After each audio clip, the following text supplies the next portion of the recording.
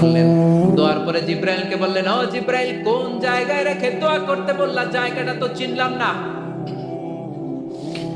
সাইয়েদনা জিব্রাইল বলেন, নবী গো, কিছুদিন পরে আপনার এলাকা থেকে আপনি বিতাড়িত হবেন। আপনার এলাকা থেকে বিতাড়িত হয়ে যেই জায়গায় আপনি হিজরত করতে যাবেন, এই জায়গাটা হলো ওই জায়গা, হিজরতের জায়গা। জায়গাটার নাম হলো ইয়াসরিব। ইয়াসরিব মদিনার পূর্ব নাম হচ্ছে ইয়াসরিব। আবার সেখান থেকে বিশ্বনবীকে তুলে এক পাহাড়ের উপরে নেওয়া হলো। এগুলো মেরাজের রাতের ঘটনা। ওই পাহাড়ে নামিয়ে বলা হলো, ও নবী, আপনি দোয়া করেন।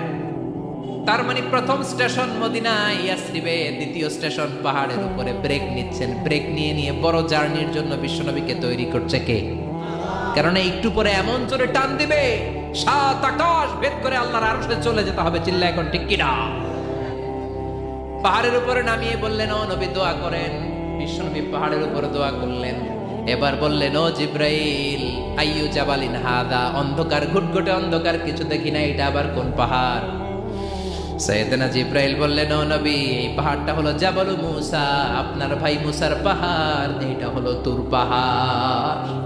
তুর পাহাড়ের চূড়ায় এসেছেন। সেখান থেকে আরেক ব্রেক দিয়ে বিশ্বনবীকে মসজিদুল আকসাতে নেওয়া হয়েছে। যে মসজিদুল আকসা ফিলিস্তিনের ভূখণ্ডে অবস্থিত, যে মসজিদে 1 রাকাত সালাত আদায় করলে 500 রাকাতের সওয়াব আমলনামায় ঢুকিয়ে দিবে কে?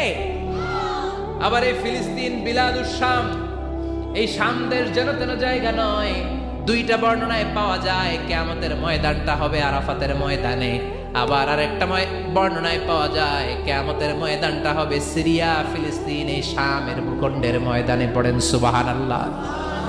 সাইয়েদনা ঈসা আলাইহিস সালাম দাজ্জালকে হত্যা করার জন্য বাংলাদেশে নামবে না। দাজ্জালকে হত্যা করার জন্য সৌদি আরবেও নামবে না, মিশরেও নামবে না, ইরাকেও নামবে না, লেবাননেও নামবে না, আলজেরিয়াতেও নামবে না, তিউনিসিয়াতেও নামবে না, মরক্কোতেও নামবে না। সাইয়েদনা ঈসা আলাইহিস সালাম দাজ্জালকে হত্যা করার জন্য ফিলিস্তিনের দামেস্কের জামে মসজিদের সবচেয়ে বড় মিনারার পাশে 2 জন ফেরেশতার পাখার উপরে ভর করে জমিনে নেমে আসবেন। এই জায়গাটা অনেক গুরুত্বপূর্ণ জায়গা। আল্লাহ বলেছেন, বারাকনা হাওলা, এই পুরো এলাকাটাকে আমি বরকত দিয়ে ছেয়ে দিয়েছি। পড়েন আল্লাহু আকবার। আবার এই জায়গায় বিশাল একটা যুদ্ধ হবে। ফিলিস্তিনের একটা শহর আছে আল গৌতা, এই গৌতা এই ফিলিস্তিনে ঘটবে। এই জন্য তিন আর জাইতুনের কসম কাটার মধ্য দিয়ে ফিলিস্তিনের কসম কেটেছে কে? এই ফিলিস্তিনের বাইতুল হাম, যেটাকে বলে বেথেলহাম, এই বেথেলহাম সিটিতে ঈসা আলাইহিস সালামের জন্ম। সুবহানাল্লাহ পড়েন। মনে থাকবে কোন শহরে? বেথেলহাম। বেথেলহাম শহরে ঈসা আলাইহিস সালামের জন্ম। তার মানে আল্লাহ ঈসা নবীর জন্মস্থানের কসম কাটলেন। এরপরে আল্লাহ বললেন, ওয়াতুরে সিনিন, তুর পাহাড়ের কসম, সিনাই পর্বতের কসম। তুর পাহাড় হলো মিশরে, মিশর হলো মুসা আলাইহিস সালামের জন্মস্থান। আর ওয়াহাদাল বালাদিল আমিন, এই নিরাপদ শহরের কসম, মানে মক্কাতুল মুকাররমার কসম। মক্কা মুকাররমা কার জন্মস্থান? জোরে বলেন, আরো জোরে বলেন। বিশ্বনবীর জন্মস্থান। 3 জন বড় বড় পয়গাম্বর যেই 3 দেশে এসেছে, আল্লাহ 3টা দেশের কসম কাটলেন। 3টা বড় বড় শরীয়তের ধারক বাহক এই 3 জন নবী, উলুল আজমি মিনার রাসূল। এজন্য আল্লাহ বললেন, ওয়াত-তিনি ওয়াজ-যাইতুনি ওয়া তুরি সিনিনা ওয়া হাযাল বালাদিল আমিন। 3 আর যাইতুনের কসম, মানে ফিলিস্তিনের কসম। ওয়া তুরি সিনিন, তুর পাহাড়ের কসম, মিশরের সবচাইতে উঁচু পাহাড়, যেই পাহাড়ের চূড়ার উপরে উঠে সাইয়েদনা মুসা আলাইহিস সালাম সরাসরি আল্লাহর সাথে কথা বলেছেন। ওয়া কাল্লামাল্লাহু মুসা তাকলিমা, সরাসরি, without any media, without any via, সাইয়েদনা মুসা আলাইহিস সালাম আল্লাহর সাথে কথা বলতেন। পৃথিবীতে 4টা আসমানি কিতাব সবচাইতে সেরা। এক হচ্ছে তাওরাত, দ্বিতীয়ত জাবুর, তৃতীয়ত ইনজিল, চতুর্থত কোরআন। তাওরাত আল্লাহ নাজিল করেছেন সাইয়েদনা মুসা আলাইহিস সালামের উপর, জাবুর নাজিল করেছেন দাউদ আলাইহিস সালামের উপর, ইনজিল নাজিল করেছেন ঈসা আলাইহিস সালামের উপর, আর বিশ্বনবীর উপর নাজিল করেছেন কোরআন। ঠিক কিনা? এই তাওরাতকে রব্বুল আলামিন স্বয়ং নিজ হাতে লিখে কাঠের ফলকের মধ্যে তক্তার মধ্যে লিখে সাইয়েদনা মুসা আলাইহিস সালামকে দিয়েছে। সুবহানাল্লাহ। এটাকে আরবিতে বলে আলওয়াহ। লাউহের প্লুরাল হচ্ছে আলওয়াহ। কাঠের তক্তার মধ্যে আল্লাহ নিজে তাওরাত লিখেছেন। কিসের মধ্যে লিখছেন? কথা বলেন, শুনতেছেন? মনোযোগ আছে? কাঠের তক্তার মধ্যে তাওরাত লিখলেন, লিখে মুসা আলাইহিস সালামকে বললেন, মুসা ফিহি বুরহান, ফিহি হুদা, ফিহি হিদায়া। এই হচ্ছে তাওরাত কিতাব, আমি নিজ হাতে লিখে দিয়েছি। এর মধ্যে হেদায়েত আছে, এর মধ্যে বরকত আছে, এর মধ্যে বুরহান আছে, দলিল আছে। যাও এই কাঠের তক্তার মধ্যে লেখা তাওরাত কিতাবকে নিয়ে যাও, বনি ইসরাইলের কাছে এই তাওরাত কিতাবের দাওয়াত দাও। সাইয়েদনা মুসা আলাইহিস সালাম ছিলেন অনেক শক্তিশালী নবী। উনি ভাবলেন অল্প কয়েকটা তক্তা, কাউকে ডাকার দরকার নাই, আমার ভাই হারুন রে লাগবে না, আমি যথেষ্ট। আমার ভাই হারুন রে কষ্ট করে পাহাড়ের উপরে টেনে আনার দরকার নাই, 3-4টা তক্তা আমি নিজেই নিতে পারবো। নিজেই নিতে পারবো মনে করে সাইয়েদনা মুসা আলাইহিস সালাম আল্লাহর লেখা তক্তার উপরে যে তাওরাতের ফলক, এই ফলক ধরে টান দিয়েছে উঠানোর জন্য। আল্লাহ যেহেতু কিতাব দিয়েছে নিয়ে যায়, কিন্তু কি আজীব তামাশা, তক্তা ধরে কাঁধে তুলবে তো দূরের কথা, নাড়াতেই পারে না। সুবহানাল্লাহ আসতে বলেন,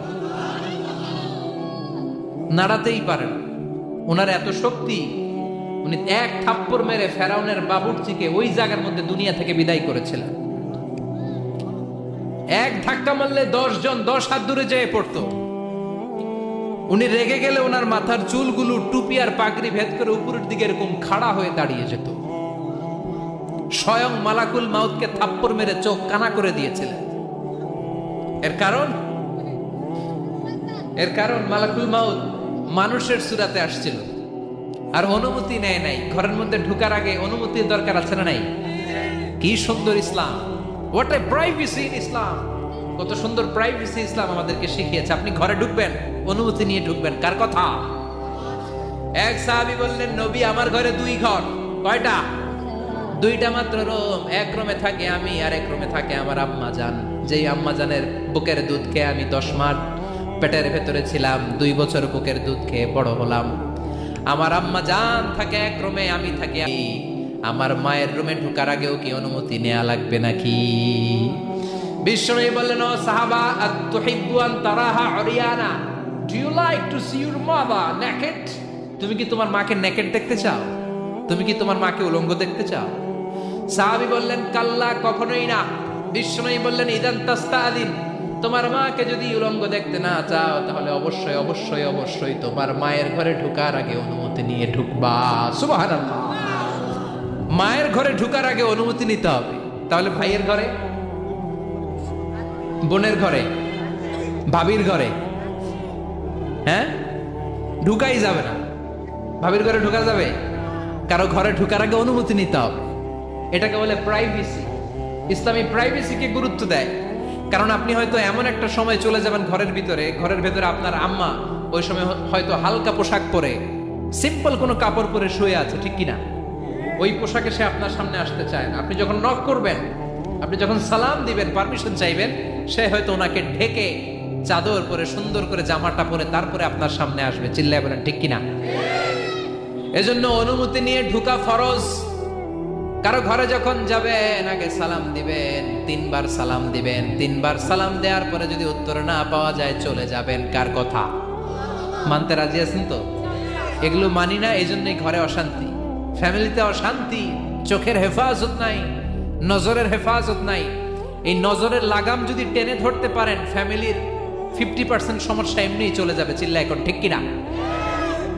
সাইয়েদনা মুসা আলাইহিস সালামের কাছে মালাকুল মাউত, মৃত্যুর ফেরেশতা, মানুষের সূরাতে এসেছিল, অনুমতি নেয় নাই, হুট করে ঘরে ঢুকছে। ঢুইকা কয়, আনা মালাকুল মাউত, আমি মৃত্যুর ফেরেশতা, জিইতু আন আকবাদা রূহাক, আপনার রূহ কবজ করতে আসছি। মুসা আলাইহিস সালাম দেখতেছে একজন সলিমুদ্দিন। মুসা নবী দেখে কি, আর সলিমুদ্দিন কয় কি, আমি মালাকুল মাউত। ভেজাল আছে না নাই? সাইয়েদনা মুসা আলাইহিস সালাম দেখে দিব্যি সাধারণ মানুষ, আর সে বলে আমি তোমার রূহ কবজ করতে এসেছি। মুসা আলাইহিস সালাম রেগে গেলেন। অনেক মেজাজ ওয়ালা নবী ছিলেন, রাগের চোটে এক থাপ্পড় দিলেন, থাপ্পড় খেয়ে মালাকুল মাউতের এক চোখ নাই। বুখারীর বর্ণনা, ফাসাক্কাহু ফাফাকুআ আইনা, থাপ্পড় মারলেন চোখ শেষ। মালাকুল মাউত বাঁচার জন্য দিলেন দৌড়, এক দৌড়ে আল্লাহর আদেশে আল্লাহর আরশে চলে গেলেন। যে বলে মাবুদ এমন নবীর কাছে পাঠিয়েছেন, আরসালতানি ইলা আবদিন লা ইউরিদুল মাউত, এমন বান্দার কাছে পাঠিয়েছে ওই বান্দা মরতে চায় না, খালি মারতে চায়। কি করতে চায়? মরতে চায় না, মারতে চায়। দেখেন কি করছে আল্লাহ, বললেন ও মালাকুল মাউত ভুল করছো, সালাম দাও নাই, অনুমতি নাও নাই, মানুষের সূরাতে গেছো, আর নবীও সাধারণ নবী না, মেজাজ ওয়ালা নবী, ঠিক কি না? চিন্তা করে লাভ নাই, আমি কথা বলবো। সাইয়েদনা মুসাকে আল্লাহ ডেকে বললেন, ও মুসা তুমি নাকি মরতে চাও না, খালি মারতে চাও। সাইয়েদনা মুসা বলেন, না মাবুদ আমি তো চিনি নাই, এটা যে মালাকুল মাউত আমি তো চিনি নাই, চিনলে তো তার গায়ে আমি হাত তোলার সাহস করতাম না। আল্লাহ বললেন, ও মুসা যাও, দাইয়াদাকা আলা মাতনি সাউর, ওই যে একটা গাভী দেখা যায়, ষাঁড় দেখা যায়, ওই গরুর পিঠের উপরে তোমার ডান হাতটা রেখে দাও। সাইয়েদনা মুসা আলাইহিস সালাম গরুর পিঠের উপরে ডান হাত রাখলেন। আল্লাহ বললেন, মুসা তোমার ডান হাতের নিচে গরুর যতগুলো পশম, প্রত্যেকটা পশমের বিনিময়ে তোমার এক এক বছর করে হায়াত আমি বাড়িয়ে দিলাম। মরতে যখন চাও না, মারতে যখন চাও, আরো কয়েক বছর মারো, হায়াত আমি বাড়িয়ে দিলাম। মুসা আলাইহিস সালাম বললেন, আল্লাহ সুম্মা মাদা, এই হাতের নিচে গরুর যত পশম তত আমার হায়াত বেড়ে যাবে। ধরলাম হাতের নিচে 2000 পশম, 2000 বছর হায়াত বাড়িয়ে দিলেন, কিন্তু সুম্মা মাদা 2000 বছর পরে কি হবে, আগে ওইটা কোন, ওই ঝামেলাটা ভাঙের আগে। আল্লাহ বললেন, মুসা সুম্মাল মাউত, তারপরে তো তোমাকে মরতেই হবে, এই পৃথিবীতে আসলেই মরতে হয়। কুল্লু নাফসিন যায়িকাতুল মাউত, এই পৃথিবীতে যারা একবার আসবে তাদেরকেই মরতে হবে, ঠিক কি না? সাইয়েদনা মুসা আলাইহিস সালাম বললেন, ফাল আনা, তাহলে আর দেরির দরকার নাই, এখনই আমাকে নিতে বলেন। সুবহানাল্লাহ। মালাকুল মাউত এসে মুসা আলাইহিস সালামের রূহ কবজ করে ফেললেন। এই মুসা আলাইহিস সালামের সাথে সরাসরি আল্লাহর কথা হতো এই তুর পাহাড়ের উপর, আর এই তুর পাহাড়ের নামে কসম কেটেছে কে? ওয়া তুরি সিনিন। আল্লাহ বললেন, इस बाबा को मैंने आपकी बहन की बॉडी ले जाते वक्त मॉर्चरी में देखा था। आज की रात जरूर कुछ बहुत बड़ी गड़बड़ होने वाली है। ওয়া তুরি সিনিন। আল্লাহ বললেন, তিন আর জাইতুনের কসম, মানে ফিলিস্তিনের কসম। ওয়া তুরি সিনিন, তুর পাহাড়ের কসম, যেই তুর পাহাড়ের উপরে আমি তাওরাত কিতাব নাজিল করেছি। তাওরাত কিতাবটাকে কাঠের ফলকের মধ্যে লিখে বললেন, মুসা নিয়ে যাও। মুসা আলাইহিস সালাম নিতে পারে না, মনে আছে? মনে আছে আপনাদের না ভুলে গেছেন? মুসা আলাইহিস সালাম ধরলেন, নাড়াতে পারে না, আর কাঁধে তুলবে তো দূরের কথা, নাড়াতেই তো পারে না, এত শক্তিশালী নবী। তাওরাতের যে আলওয়াহুত তাওরাত, তাওরাতের ফলক, এই বাণীগুলো নিয়ে বাণীবাহকের কাজ করবে, বার্তাবাহকের কাজ করবে, বনী ইসরাইলের কাছে এই পয়গাম পৌঁছে দিবে, কিন্তু তুলতেই তো পারে না। আল্লাহর ডেকে বলে, আল্লাহ পারি না। আল্লাহ বললেন, ট্রাই করো, ট্রাই এগেইন, আবার চেষ্টা করো, দেখো না পারো কিনা। হাবিল সাইয়েদনা মুসা আলাইহিস সালাম ভাবলেন, এই দিক দিয়ে পারি না, ওই দিক দিয়ে তুললে মনে হয় পারবো। এবার তক্তার ওই পাশ দিয়ে নাড়াচাড়া শুরু করছে, ওই দিক দিয়েও পারে না। এবার ভাবলেন, এক কাজ করি, মাঝখান দিয়ে দেখি নাড়াতে পারে কিনা। সাইয়েদনা মুসা আলাইহিস সালাম কাঠের তক্তাগুলোর মাঝখান দিয়ে ধরলেন, টান দিলেন, কিন্তু তক্তা নড়ে, নাড়ানোই যায় না, কাঁধে তুলবে তো দূরের কথা। সাইয়েদনা মুসা আলাইহিস সালাম অপারগ হয়ে আল্লাহর ডেকে বললেন, ও মাবুদ পারি না। আল্লাহ আসলে চাচ্ছে মুসা যেন বলে পারি না। মুসা পারে না এটা শুনতে আল্লাহর বড় মনে চায়। সুবহানাল্লাহ কইবেন না? কারণ সব জায়গায় উনি পারে আর মারে। আজকে সাইয়েদনা মুসা আলাইহিস সালামের কণ্ঠে আল্লাহ শুনতে চায়, আল্লাহ আমি অপারগ, আমি পারি না। সাইয়েদনা মুসা আলাইহিস সালাম বলে, আল্লাহ সাইয়েদনা জিব্রাইলকে যদি বলেন আমারে যদি একটু সাহায্য করে, আমার কাঁধে তুলে দিলে আমি নিয়ে বাড়িতে যাব। সাইয়েদনা জিব্রাইলকে একটু বলেন। আল্লাহ বললেন, যাও জিব্রাইল, হেল্প আউট মুসা, মুসা আলাইহিস সালামকে সাহায্য করো। এবার সাইয়েদনা মুসা আলাইহিস সালাম ধরলেন এই দিকে, সাইয়েদনা জিব্রাইল চললেন এইদিকে, দুইজন মিলে তাওরাত লেখা কাঠের তক্তাগুলো উঠাতে চাইলেন, কিন্তু কি আজীব তামাশা, সাইয়েদনা জিব্রাইলও পারে না। সাইয়েদনা মুসা আলাইহিস সালাম বললেন, ও ভাই জিব্রাইল, চলো জায়গা চেঞ্জ করি, তুমি এদিক দিয়ে ধরো, আমি ওই দিকে ধরি, আবার জোরসে টান মারো। দেশগামে কয় না জোরসে টান, হেইও সিস্টেমে দুইজন মিলে টানে, কিন্তু নাড়াতেই পারে না। আগে তো হাতে নিবে, তারপরে কাঁধে তুলবে, দুইজনেও পারে না। গায়ে যত জোর আছে, সাইয়েদনা মুসা আলাইহিস সালাম জোরসে টান দিলেন, যত জোর, সব জোরকে একসাথে করে তিনি টান দিয়েছেন। টানের চোটে দেহের প্রতিটা লোমকূপ থেকে ঘাম বেরোতে শুরু করেছে।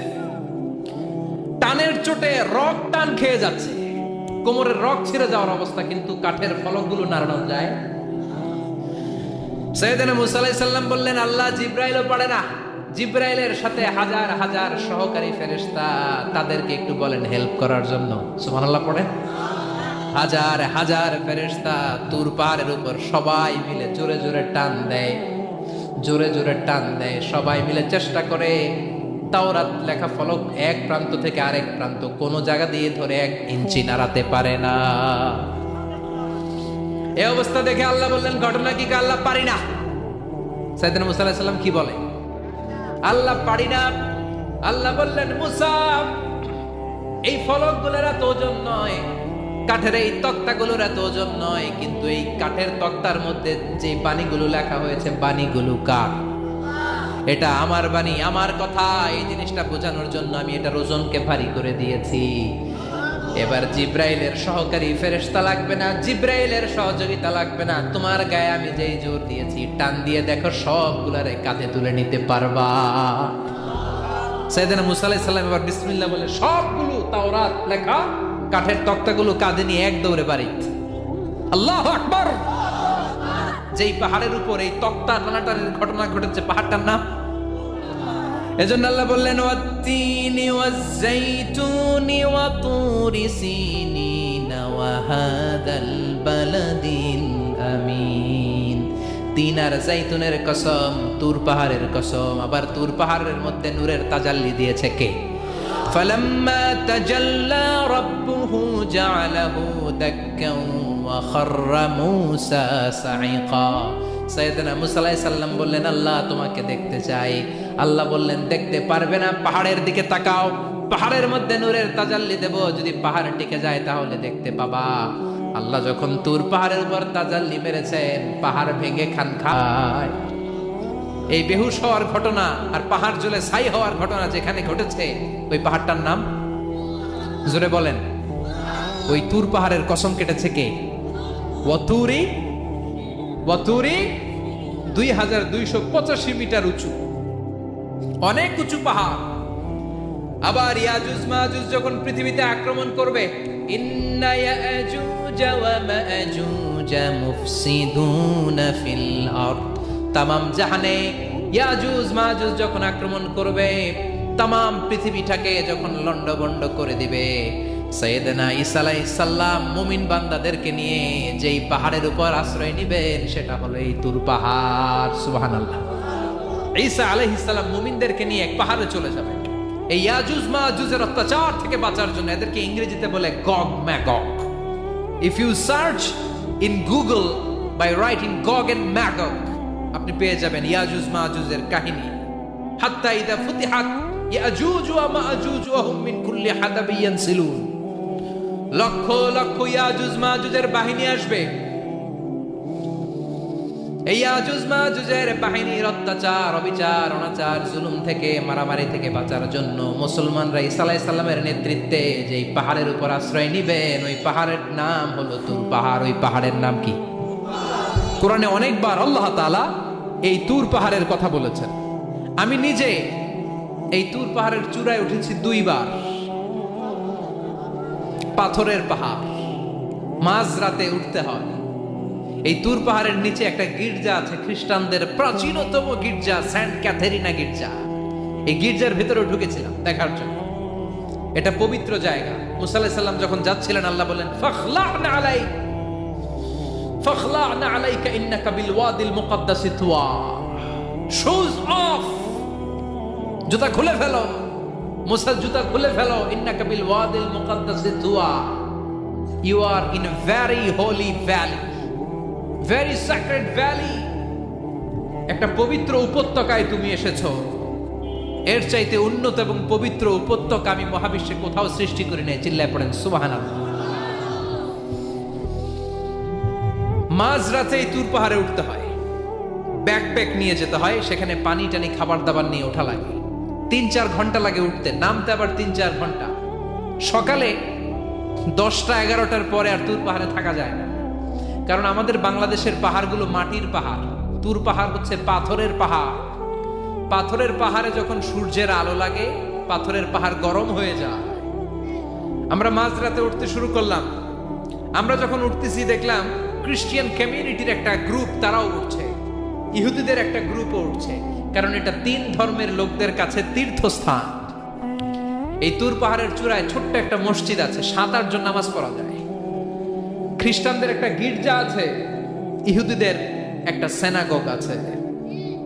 ফজরের সময় উঠলাম, পুরো সিলসিলাতুল জিবাল তুর পাহাড় দেখলাম, অবাক হলাম। এই পাহাড়ে বিশ্বনবী মেরাজের রাতে নেমে দোয়া করেছেন, ঠিক কিনা? এই পাহাড়ে ঈসা আলাইহিস সালাম মুমিনদেরকে নিয়ে ইয়াজুজ মাজুজের আক্রমণ থেকে বাঁচার জন্য আশ্রয় নেবেন। এই তুর পাহাড়ের কসম কোরআনের ভেতরে কেটেছে কে? এজন্য আল্লাহ বললেন ওয়াত-তিনি ওয়াজ-যাইতুনি ওয়া তুরি সিনিন ওয়া হাযাল বালাদিল আমিন। তিন আর যাইতুনের কসম, ওই মিশরের তুর পাহাড়ের কসম, ওয়া হাযাল বালাদিল আমিন, এই নিরাপদ শহরের কসম। শহরটার নাম কি? কি নাম? এই নিরাপদ শহর দ্বারা আল্লাহ বুঝিয়েছে মক্কা, না ফিলিস্তিন না। ফিলিস্তিন হচ্ছে প্রথমটা, কিন্তু হাযাল বালাদিল আমিন, এই নিরাপদ শহর দিয়ে আল্লাহ বুঝিয়েছেন মক্কা শহরকে। চিৎকার করে বলবেন কোন শহর? মক্কা শহর। এই মক্কা শহরের আগের নাম বাক্কা। মক্কার আগের নাম কি? জোরে বলেন, আরো জোরে। ইন্না আউওয়ালা বাইতিন উদিআ লিন-নাসি লাল্লাযী বিবাক্কাতা মুবারাকা হুদাল লিল আলামিন। নিশ্চয়ই পৃথিবীর সর্বপ্রথম ঘর যেই শহরের মধ্যে আমি আল্লাহ স্থাপন করলাম, শহরটার নাম হলো বাক্কা শহর। কি শহর? এই বাক্কা পরে চেঞ্জ হয়ে হয়েছে মক্কা। আল্লাহু আকবার। তার মানে আজকে জানলেন মক্কা শহরের আগের নাম হলো বাক্কা। আগের নাম কি? মক্কা শহরে অনেক হোটেল আছে, ওই হোটেলের নাম ফুন্দুক। দেখছেন? ফুন্দুক বাক্কা মানে বাক্কা হোটেল। এই বাক্কা হচ্ছে মক্কার আগের নাম, মনে থাকবে?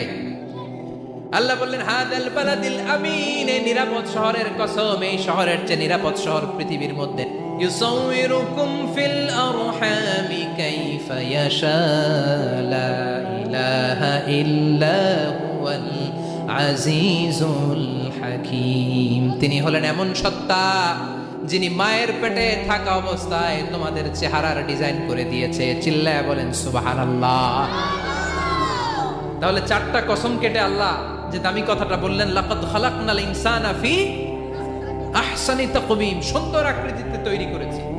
এজন্য সুন্দর চেহারাটা নিয়ে যখন আয়নার সামনে দাঁড়াবেন, তখন আপনি আয়নার দোয়া পড়বেন আল্লাহুম্মা হাসসানতা খালকি ফাহসিন খুলুকি। বিশ্বনবীর চেহারা সুন্দর বেশি না কম? জোরে বলেন। চাঁদের চেয়ে সুন্দর তুমি নবী আমার কামলিওয়ালা, চাঁদের চেয়ে সুন্দর তুমি নবী আমার কামলিওয়ালা। দু জাহানের বাদশাহ তুমি প্যারা নবী সাল্লে আলা, দু জাহানের বাদশাহ তুমি প্যারা নবী সাল্লে আলা। চাঁদের চেয়ে সুন্দর তুমি নবী আমার কামলিওয়ালা। সুবহানাল্লাহ। বিশ্বনবীর চেহারাটা বড় সুন্দর ছিল। এত সুন্দর চেহারার মানুষ পৃথিবীতে দ্বিতীয়টা নাই। ওই চেহারা নিয়ে বিশ্বনবী আয়নার সামনে যখন দাঁড়াতেন, উনি বলতেন আল্লাহুম্মা হাসসানতা খালকি ফাহসিন খুলুকি। এর মানে হলো আল্লাহ আমার চেহারাটা আপনি যেমন সুন্দর করেছেন, আমার চরিত্রটাও সুন্দর করে দিয়ে। This is the attitude. এটাকে বলা হয় attitude. What a marvellous amazing attitude he belongs. বিশ্বনবীর কি সুন্দর অ্যাটিটিউড ছিল। সুন্দর চেহারা নিয়ে আয়নার সামনে দাঁড়িয়ে তিনি বলতেন, আল্লাহ আমার চেহারাটা যেমনি সুন্দর করেছো, আমার চরিত্রটাকেও সুন্দর করে দাও। আমার বাহিরটা যেমন সুন্দর আল্লাহ, আমার ভেতরটারেও সুন্দর করে দিও। পড়েন আমিন। এই আয়নার দোয়া পারেন তো? আয়নার সামনে দাঁড়ায় এই দোয়া পারেন তো? নাকি বলেন আয়না বসাইয়া দিও কলবের ভিতর? এগুলো বলবেন? পড়েন আল্লাহুম্মা হাসানতা খালকি ফাআহসিন খুলুকি। আল্লাহুম্মা হাসানতা খালকি ফাআহসিন খুলুকি।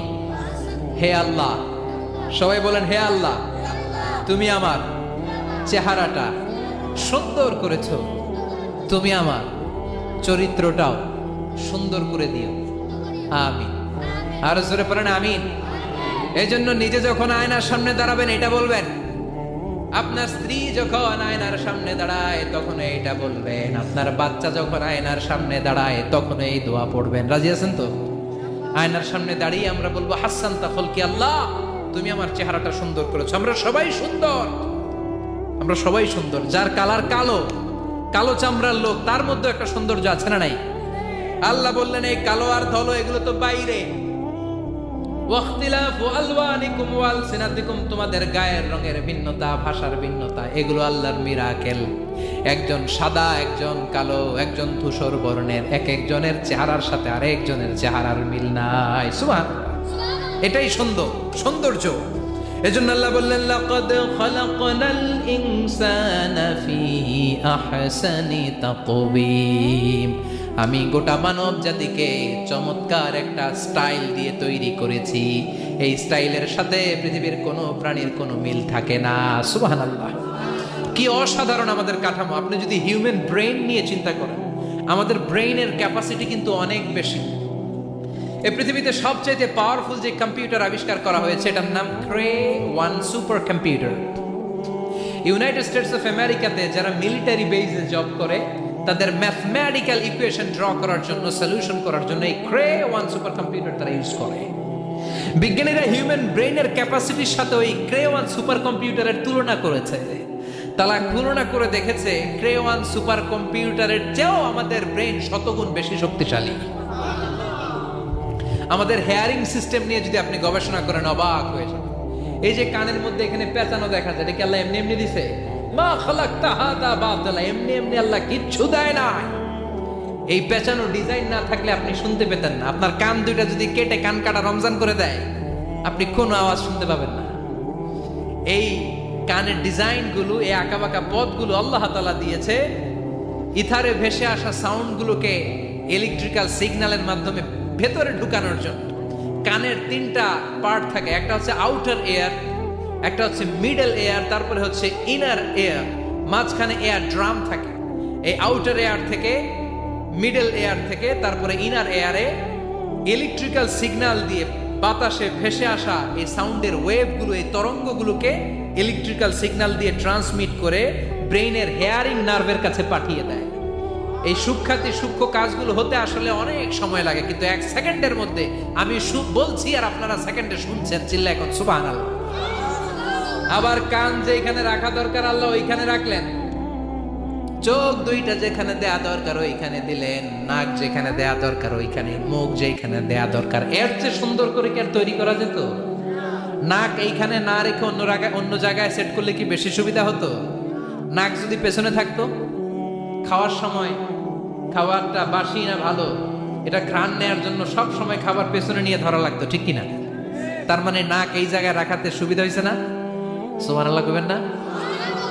কি সুন্দর মুখটা দিলেন, হ্যাঁ, কি সুন্দর চোখ দিলেন। এই কান দিয়ে আমরা শুনি, দেখেন কানের সেটিংটা কত সুন্দর।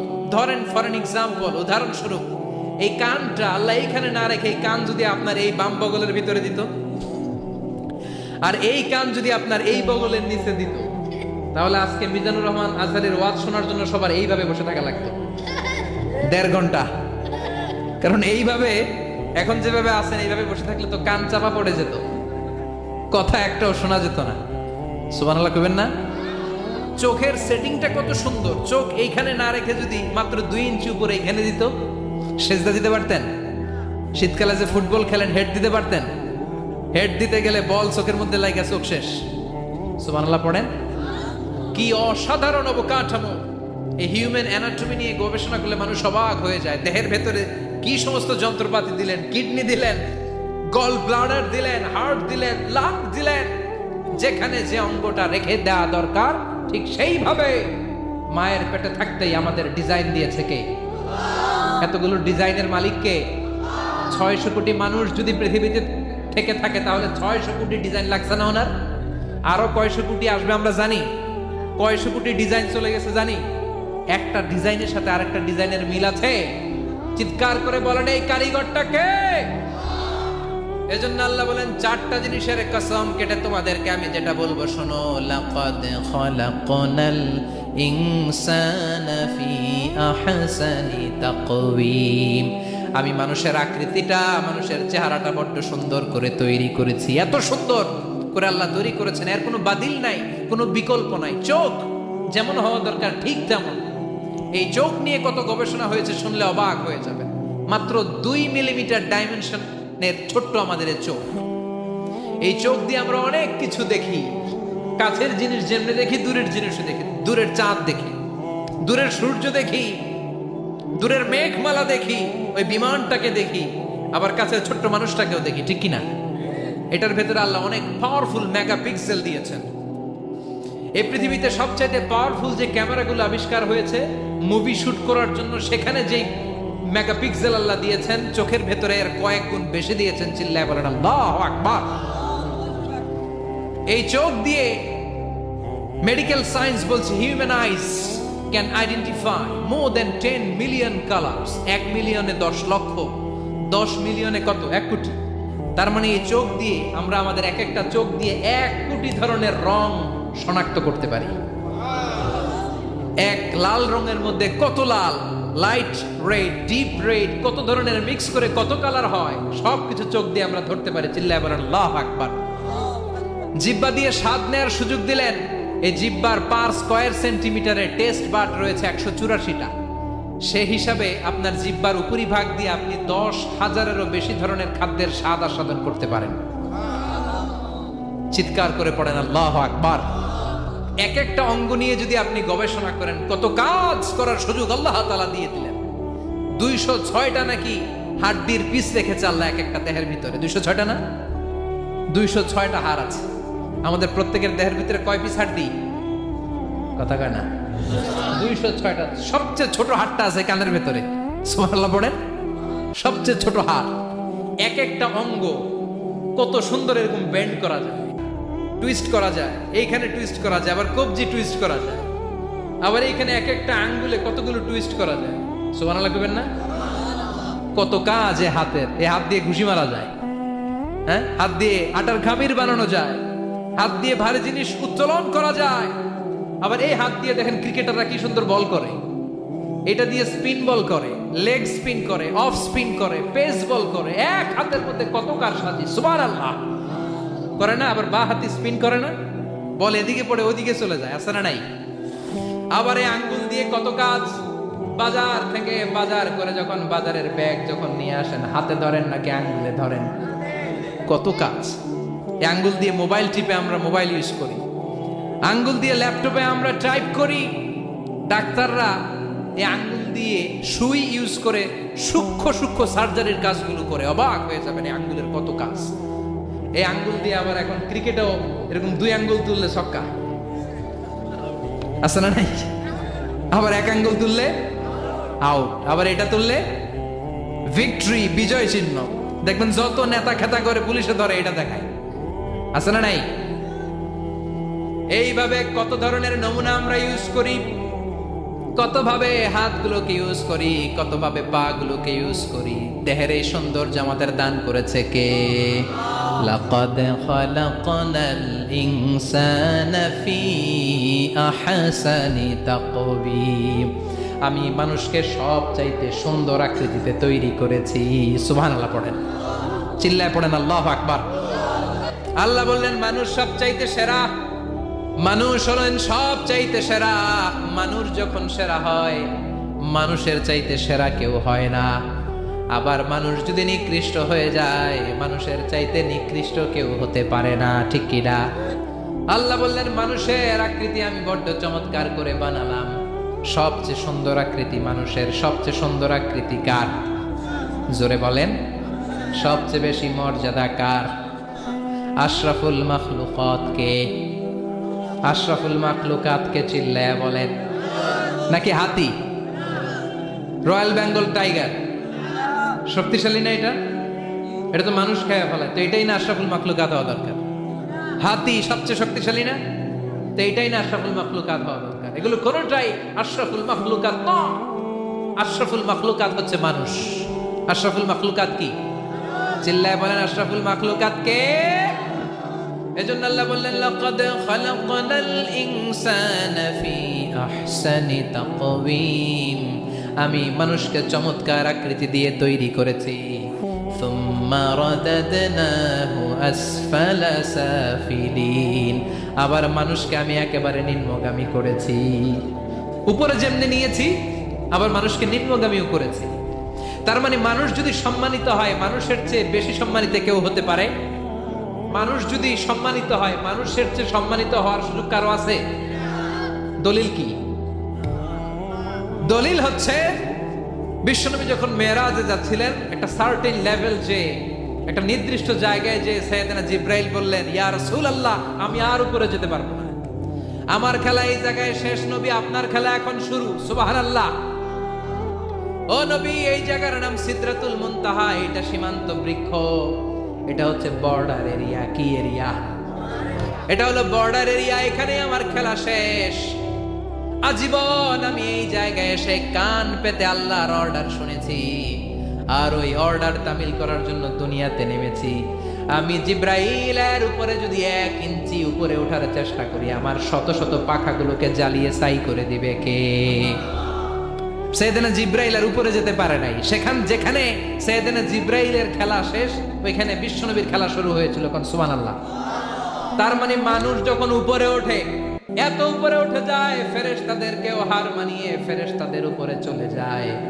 আবার মানুষ যখন নিচে নামতে শুরু করে, শয়তানকেও হার মানিয়ে নিচে চলে যায়। ঠিক কি না?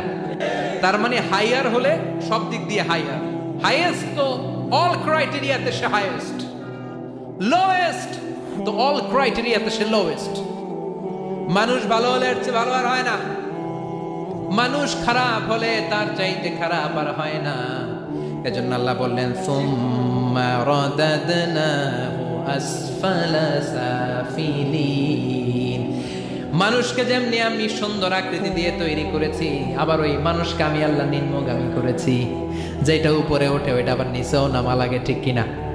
কোন তাফসীরে মুফাসসিরিনে ইকরাম বলেছেন আসফালা সাফিলিন দিয়ে বার্ধক্যকে বোঝানো হয়েছে। যৌবনে মানুষের চেহারা সৌন্দর্য বেড়ে যায়। যৌবন যখন ঠিকরে পড়ে, একজন তাগড়া যুবক, তার চেহারার মধ্যে যে সৌন্দর্য, ওই ছেলেটাই যখন বুড়ো হয়ে যায়, তার চেহারার দিকে কেউ তাকাতে চায় না। রং ধরা যৌবন জং ধরে নাই, জং ধরে শেষ। ঠিক কিনা? আবার কোন মুফাসসির বলেছে না, এটা নৈতিক অধপতন। সুম্মা রাদাদনাহু আসফালা সাফিলিন, মানুষ যখন নিম্নগামী হয়, সবচেয়ে খারাপ হয়ে যায়। এই মানুষের মধ্যে যখন নেফাকি দেখা দেয়, মানুষ যখন মুনাফিক হয়ে যায়, সবচেয়ে খারাপ হয়ে যায়। মুনাফিকের চরিত্র যখন একজন মানুষের মধ্যে সে ধারণ করে, নিচে যেতে যেতে এত নিচে সে চলে যায়, শয়তান দেখে অবাক হয়ে যায়। শয়তান দেখে মনে মনে কয়, এইটাই যদি দুনিয়ায় আইবো, আমারে আল্লাহ বানাইছে কেন? কথা বুঝতে পারছেন? মানুষ এত নিচে যায়, শয়তান অবাক হয়ে বলে, এইটাই যদি দুনিয়াতে থাকবে, তো আমি তৈরি হইলাম কেন? আমি শয়তান হইলাম কেন? এজন্য মানুষ ভালো হলে সবচেয়ে ভালো, খারাপ হলে সবচাইতে খারাপ। তার কারণটা কি? মানুষ যখন খারাপ হয়, পশুর চাইতেও খারাপ হয়ে যায়। জোরে বলেন ঠিক কিনা? আমরা বলি না তুই পশুর চাইতেও অধম। মানবিকতা হারিয়ে যখন মানুষ অন্যায় কাজ করে, তখন আমরা বলি তুই পশুর চাইতেও অধম। ঠিক কিনা? এজন্য বলা হয় জনসংখ্যা বাড়ছে, মানুষ বাড়ছে না। বাড়ছে জনসংখ্যা, বাড়ছে কি মানুষ? বাড়ছে নাকি? মানুষ নাই। এই দুনিয়া এখন তো সেই দুনিয়া নাই, মানুষ নামের মানুষ আছে, দুনিয়া বোঝায় সেই মানুষের ভিড়ে আমার আসল মানুষ নাই। এই দুনিয়া এখন তো আর সেই দুনিয়া নাই, মানুষ নামের মানুষ আছে দুনিয়া বোঝায়। সেই মানুষের ভিড়ে আমার আসল মানুষ নাই। আসল মানুষের বড় অভাব, এজন্য বাড়ছে জনসংখ্যা, মানুষ বাড়ছে না। মানুষ যখন খারাপ হয়ে যায় পশুকেও হার মানায়। আল্লাহ বলে উলাইকা কাল আনআম বাল হুম আদাল উলাইকা হুমুল গাফিলুন। কারণ একটা সিংহ কখনো আর একটা সিংহকে মারে না। খেয়াল করে বুঝেন, সিংহ কোনোদিন সিংহ মারে নাকি? বাঘ বাঘ মারে নাকি? হাতি কোনোদিন হাতি মারে নাকি? কিন্তু মানুষ মানুষকে মারে, ঠিক কিনা? আওয়াজ করে উত্তর দেন, একটা বাঘ আর একটা বাঘকে 8 টুকরা 10 টুকরা করে নাকি? একটা হাতি আর একটা হাতিকে কোনোদিন 20 টুকরা 14 টুকরা করে নাকি? কিন্তু একটা মানুষ আর একটা মানুষকে 8 টুকরা 14 টুকরা 20 টুকরা করে, ঠিক কিনা? আল্লাহ বললেন সুম্মা রাদাদনাহু আসফালা সাফিলিন। মানুষ যখন শ্রেষ্ঠ হয়, মানুষের চাইতে শ্রেষ্ঠ যেমনি কেউ আর হতে পারে না। আবার মানুষ যখন নিকৃষ্ট হয়ে যায়, মানুষের চাইতে নিকৃষ্ট আর কেউ হতে পারে। এজন্য ভালো হওয়ার দরকার আছে না নাই? তার মানে মানুষ যেমনি উপরে ওঠে আবার নিচেও নামতে পারে। মানুষের যেমনি সুযোগ আর সম্ভাবনা বেশি, মানুষের মধ্যে বিপদ খুব বেশি। কিন্তু 2 শ্রেণীর ব্যক্তিকে বিপদ স্পর্শ করে না। কয় শ্রেণী? আরো জোরে বলেন। আল্লাহ বললেন সে 2 শ্রেণী হলো ইল্লাল্লাযীনা আমানু ওয়া আমিলুস সালিহাতি ফালাহুম আজরুন গায়রু মামনুন। যারা ঈমান আনবে আর সৎকর্ম করবে, এক আল্লাহর উপরে যারা বিশ্বাস রাখবে আর যারা দুনিয়াতে নেক আমল করবে, তাদের জন্য প্রতিদান রেখেছে কে? তাদেরকে জান্নাত দেওয়ার জন্য প্রস্তুত হয়ে আছে আল্লাহ। জোরে কোন ঠিক কিনা? ওই জান্নাতে ঢোকার ইচ্ছা আছে না নাই? জান্নাতে যেতে চান তো আপনারা? যেতে চান না কারা কারা? হাত তোলেন তো। জান্নাতে যেতে রাজি আছেন? রাজি আছেন সবাই? আল্লাহ এই দুনিয়াতে তুমি যেমনি আমাদেরকে একত্রিত করলা, জান্নাতের ময়দানেও তুমি আমাদেরকে একত্রিত করে দিও, পড়ে না আমিন।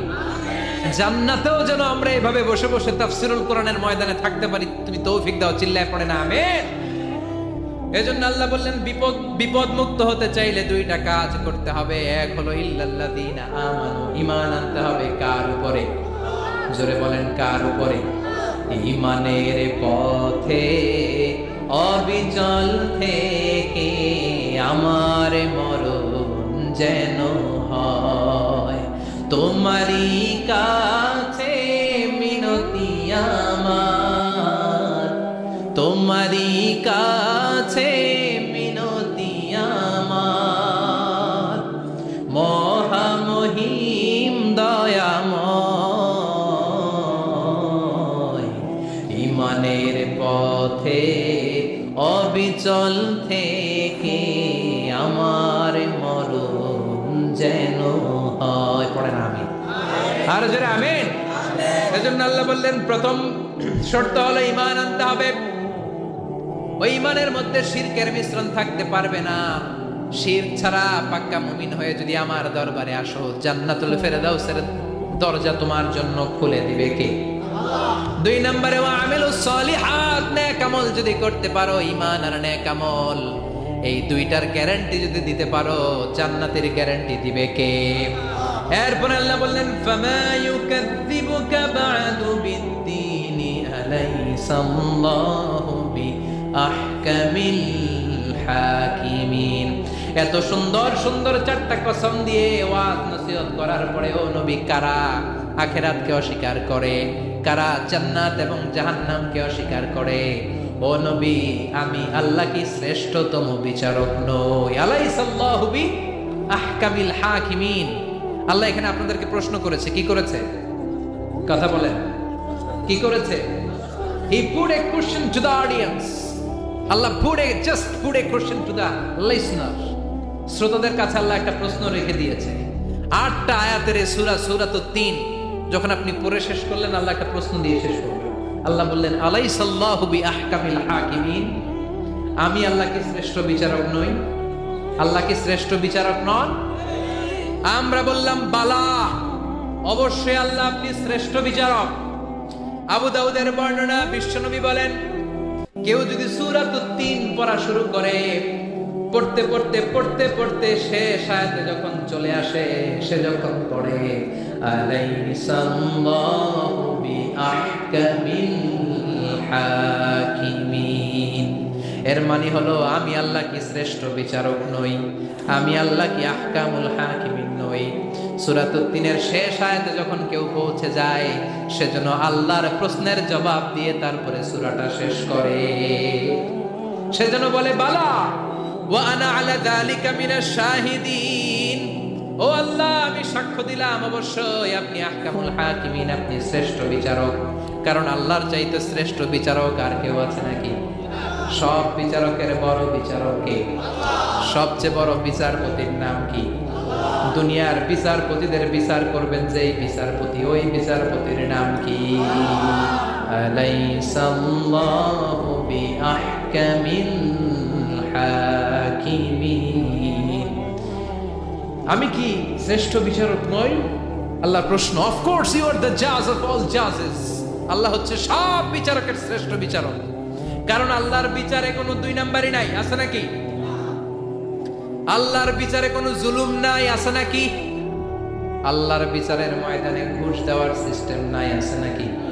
আল্লাহর বিচারের দিন কোনো টেলিফোন কলে কোনো কাজ হয় না, আছে নাকি? এজন্য আল্লাহ বললেন, ওয়ামা আনা বিযাল্লামিন লিল আবিদ, আমার বিচারটা এত স্বচ্ছ বিচার, এত চমৎকার বিচার, এই বিচারে কেউ জুলুমের শিকার হবে না। ফামাই ইয়ামাল মিসকালা যাররাতিন খায়রান ইয়ারা ওয়া মান ইয়ামাল মিসকালা যাররাতিন শাররান ইয়ারা, আমার বিচারটা এমন বিচার, যাররা পরিমাণ ভালো করেছো ওইটাই পাবা, যাররা পরিমাণ খারাপ করেছো সেটাও পাবা, যে যতটুকু করেছো পরিণাম তার ততটুকু, এটাই হলো আল্লাহর বিচার, ঠিক কিনা? এজন্য আল্লাহর সেই বিচারের দিনকে আমরা ভয় করি তো? কিয়ামতের সেই বিচারের কাঠগড়াকে আমরা ভয় করি? যারা এই বিচারের কাঠগড়াকে ভয় করে তারা কোনোদিন মিথ্যা বলে না, তারা কোনোদিন নামাজ ছাড়ে না, তারা কোনোদিন ইসলামের বিপক্ষে কাজ করে না। চিল্লায় বলেন ঠিক কিনা? আল্লাহ সব সময় আমাদেরকে ইসলামের পক্ষে থাকার তৌফিক দাও। ঈমানের পথে অবিচল থেকে আমার মরণ যেন হয়, তোমারই কাছে মিনতি আমার, তোমারই কাছে মিনতি আমার, মহামহিম দয়াময়, ঈমানের পথে অবিচল থেকে আমার মরণ যেন হয়। চাঁদের চেয়ে সুন্দর তুমি নবী আমার কামলিওয়ালা, চাঁদের চেয়ে সুন্দর তুমি নবী আমার কামলিওয়ালা, দু জাহানের বাদশাহ তুমি প্যারা নবী সাল্লাল্লাহু আলা, দু জাহানের বাদশাহ তুমি প্যারা নবী সাল্লাল্লাহু আলা, চাঁদের চেয়ে সুন্দর তুমি নবী আমার কামলিওয়ালা, দেখা দাও মাবুদ আল্লাহ, ধন্য করো দিদারে, আমি কেঁদে কেঁদে হই গো সারা, ধন্য করো দিদারে। اللهم لك الحمد كله ولك الشكر كله وإليك يرجع الأمر كله علانيته وسره، فأهل أنت أن تحمد وأهل أنت أن تعبد وأنت على كل شيء قدير. لك الحمد حتى ترضى ولك الحمد إذا رضيت ولك الحمد بعد الرضا. لك الحمد حمد الحامدين حمد الشاكرين حمد الذاكرين. حمدا يوافي نعمه ويدافع نقمه ويكافئ مزيده لك الحمد كما ينبغي لجلال وجهك وعظيم سلطانك لك الحمد بالإيمان لك الحمد بالإسلام لك الحمد بالقرآن اللهم آت نفوسنا تقواها زكها أنت خير من زكاها أنت وليها ومولاها اللهم اهدنا فيمن هديت وعافنا فيمن عافيت وتولنا فيمن توليت وبارك لنا فيما أعطيت وقنا واصرف عنا برحمتك شر ما قضيت فإنك تقضي بالحق ولا يقضى عليك اللهم لا تدع لنا ذنبا في مقامنا هذا إلا غفرته ولا دينا إلا قضيته ولا هما إلا فرجته ولا مجاهدا في سبيلك إلا نصرته ولا ميتا إلا رحمته ولا حاجة من حوائج الدنيا إلا وفيتها يا الله اللهم اجعل القرآن العظيم ربيع قلوبنا ونور صدورنا وجلاء أحزاننا وذهاب همومنا وغمومنا واجعله شفيعنا يوم الحساب وارزقنا تلاوته آناء الليل وأطراف النهار ربنا آتنا في الدنيا حسنة وفي الآخرة حسنة وقنا عذاب النار ربنا ظلمنا أنفسنا وإن لم تغفر لنا وترحمنا لنكونن من الخاسرين আল্লাহ আজকের মাহফিলকে তুমি কবুল করে দাও টাকা পয়সা দিয়ে বুদ্ধি পরামর্শ দিয়ে যারা এই মাহফিলটাকে বাস্তবায়ন করলো আল্লাহ মাহফিলটাকে নাজাতের ওসিলা বানাও মহাবিশ্বের মহাবিশ্বয় মহাগ্রন্থ কোরআনুল কারীম থেকে সরাসরি আমরা সূরাতুদ দুহার তাফসীর শুনলাম সূরাতুত তিনের তাফসীর শুনলাম আল্লাহ জীবনে যেন বাস্তবায়ন করতে পারি তৌফিক দাও পাঁচ ওয়াক্ত সালাত জামাতের সাথে আদায়ের তৌফিক দাও আমাদের ফ্যামিলিগুলোর জান্নাতি ফ্যামিলি বানাও আমরা যা বলি তা যেন আমল করতে পারি তৌফিক দাও আল্লাহ কোরআনের কথাগুলো যেন সহি সালামতে সারা বিশ্বে পৌঁছে দিতে পারি তৌফিক দাও বেশি বেশি নেক আমলের তৌফিক দাও আমাদের মধ্য থেকে যারা অসুস্থ আল্লাহ তাদেরকে সুস্থ করে দাও যারা দুরারোগ্য ব্যাধিতে আক্রান্ত আল্লাহ তাদেরকে সুস্থ করে দাও আমাদের যত মৃত আত্মীয় স্বজন 3.5 হাত কবরের বাসিন্দা কবরগুলো জান্নাতের টুকরা বানিয়ে দাও যে হাফিজ ভাইগুলো কোরআনকে সিনায় ধরেছে আল্লাহ এই কোরআনের তাফসীর বুঝে যেন মুফাসসির কোরআন হতে পারে তৌফিক দাও মা বাবার মুখ উজ্জ্বল করতে পারে দেশের দশের মুখ উজ্জ্বল করতে পারে তৌফিক দাও আল্লাহ এই প্রতিষ্ঠানকে এলাকার হেদায়েতের মার্কাজ বানাও এলাকায় যতগুলো কবরস্থানে মুমিন মুর্দারা শুয়ে আছে আল্লাহ তাদেরকে মাফ করে দাও আল্লাহ ইসলামের পক্ষে যেন থাকতে পারি সব সময় তুমি তৌফিক দাও কার কতদিনের হায়াত আছে আমরা জানি না যতদিন বাঁচবো ইসলামের পক্ষে যেন জীবনটাকে বিলিয়ে দিতে পারি তৌফিক দাও ওয়াসাল্লাল্লাহু তাআলা আলা খাইরি খালকিহি মুহাম্মদ ওয়া আলা আলিহি ওয়া সাহবিহি আজমাইন ওয়ালহামদুলিল্লাহি রাব্বিল আলামিন প্রচারের স্বার্থে চ্যানেলটি সাবস্ক্রাইব করুন নতুন ভিডিও পেতে বেল বাটনে ক্লিক করুন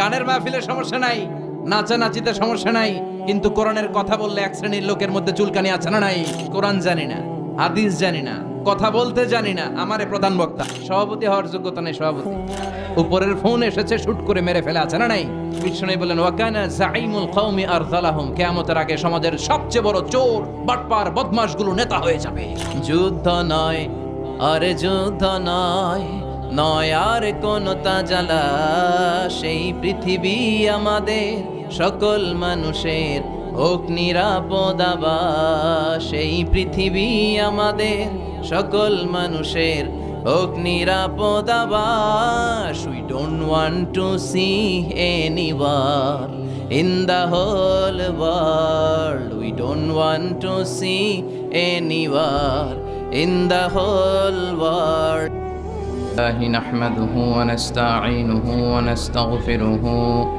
ونؤمن به ونتوكل عليه ونعوذ بالله من شرور أنفسنا ومن سيئات أعمالنا من يهده الله فلا مضل له ومن يضلل فلا هادي له أي فلن تجد له وليا مرشدا ونشهد أن لا إله إلا الله وحده لا شريك له والذي لا ضد له ولا ند له لا مثل له ولا مثيل له لا وزير له ولا كفيل له لا شبه له ولا شبيه له لا ولد له ولا والد له وهو الواحد الفرد الصمد لم يلد ولم يولد ولم يكن له كفوا أحد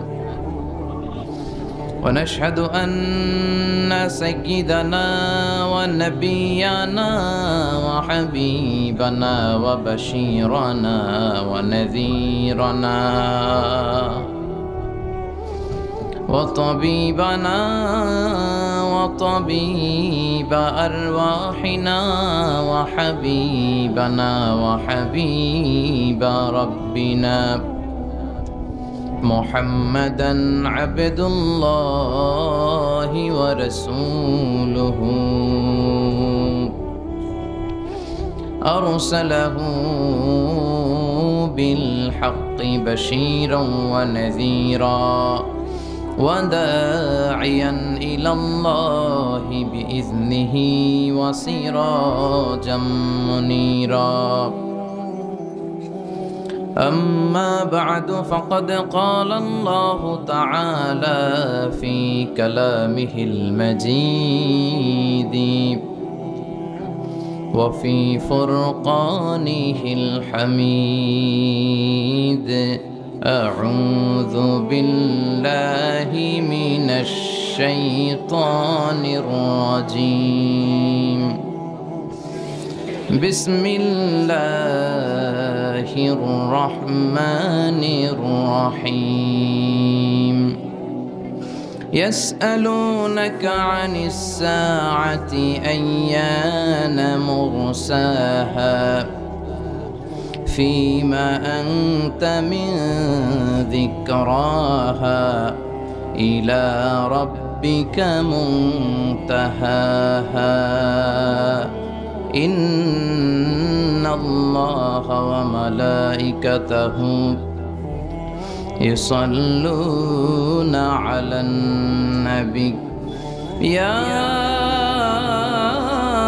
أيها الذين آمنوا صلوا عليه وسلموا تسليما اللهم صل على محمد وعلى آل محمد كما صليت على إبراهيم وعلى آل إبراهيم إنك حميد مجيد اللهم بارك على محمد وعلى آل محمد كما باركت على إبراهيم وعلى آل إبراهيم إنك حميد مجيد সকল প্রশংসার মালিককে সকল ক্ষমতার উৎসকে কেউ যেটা পারে না পারে কে কেউ যেটা দেখে না দেখে কে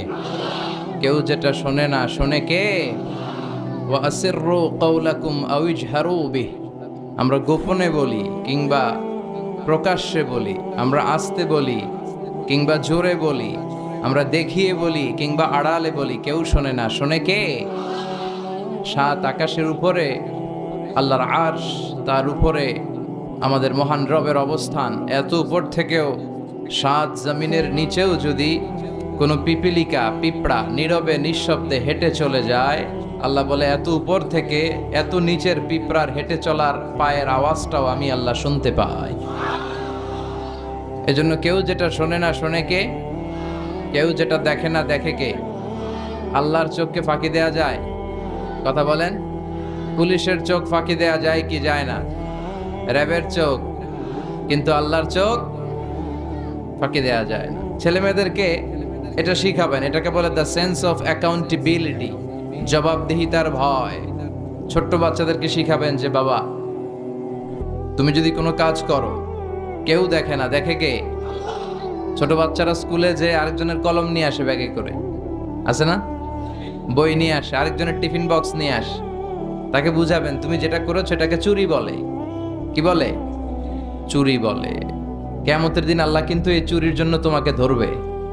একবার যদি ছোট্ট বাচ্চার কোমল হৃদয়ে এই ভয় ঢুকিয়ে দিতে পারেন, জীবনেও চুরি করবে।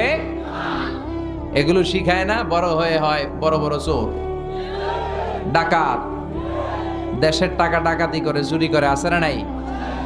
মানুষের টাকা লুট করে, আছে না নাই? কারণ ছোটবেলা থেকে আসল শিক্ষাটা পায় নাই। কাঁচা না নোয়ালে বাস, পাকলে করে। ছোটবেলা থেকে ইসলাম শিখিয়ে দেন। ইসলাম বলে তোমার বাচ্চা জন্মগ্রহণ করেছে, নবজাতক শিশু, নিউ বর্ন বেবি, তার আমল নামা এখনো শুরু হয় নাই, 10 বছর পরে শুরু হবে। কিন্তু 10 বছর আগেই জন্মানোর সাথে সাথে কানের সামনে আজান দিয়ে ইসলামটারে তুমি তুলে ধরো, ঠিক কিনা? এজন্য ছোট বাচ্চাদেরকে ইসলাম শিখাতে হবে। ওদেরকে বুঝাবেন, ওদের হৃদয়টা কোমল, এখন যা শিখাবেন ওইটাই ওর মনের মধ্যে গেঁথে যায়। কথা বলেন। আপনি যদি এখন কোরআন শিখান, শিখবে কোরআন। আর যদি গান শিখান, শিখবে। বাবার মুখে প্রথম যেদিন শুনেছিলাম গান, সেদিন থেকে গানি জীবন, গানি আমার প্রাণ। নাউজুবিল্লাহ পড়বেন না? এর কারণ বাবার কাছ থেকে ছেলে শুধু গানই শুনেছে, কোরআন শুনে নাই। কথা বলেন। আর যদি কোরআন শুনতো, বলতো বাবার মুখে প্রথম যেদিন শুনেছি কোরআন, সেদিন থেকে কোরআনই জীবন, কোরআনই আমার প্রাণ। ঠিক কিনা?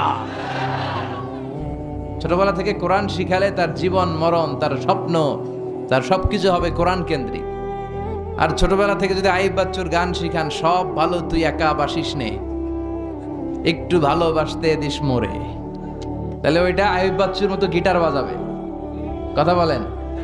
এখন দ্য ডিসিশন ইজ ইয়োরস, সিদ্ধান্ত আপনার। আপনার ছেলে মেয়েদেরকে আপনি কিভাবে বড় করতে চান?